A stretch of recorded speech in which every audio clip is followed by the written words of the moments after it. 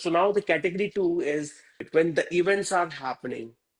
Okay, situational occurrences like the wedding is happening, or you arriving late. You are getting late for something, right? I mean, there's a noise that is happening. Okay, category 2 of your conjunct verb using Hona is when the events are taking place, such as the wedding takes place, is shadi hona. To get late is der hona. It is a noise, you'll say shor hona. Okay? If the work is happening or if work happens, it's काम होना. Okay? Just like the way we conjugated, you can conjugate them in different tenses.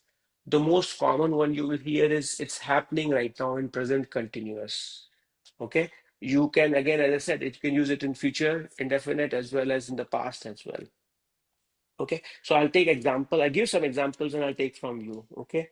John और Stacy की शादी कल होगी और अगले हफ्ते होगी.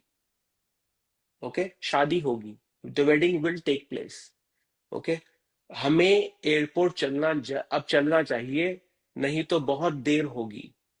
Okay, I can use a compound verb as well. This is देर हो जाएगी. ओके, कल मैं um, कल मैं शिकागो गया.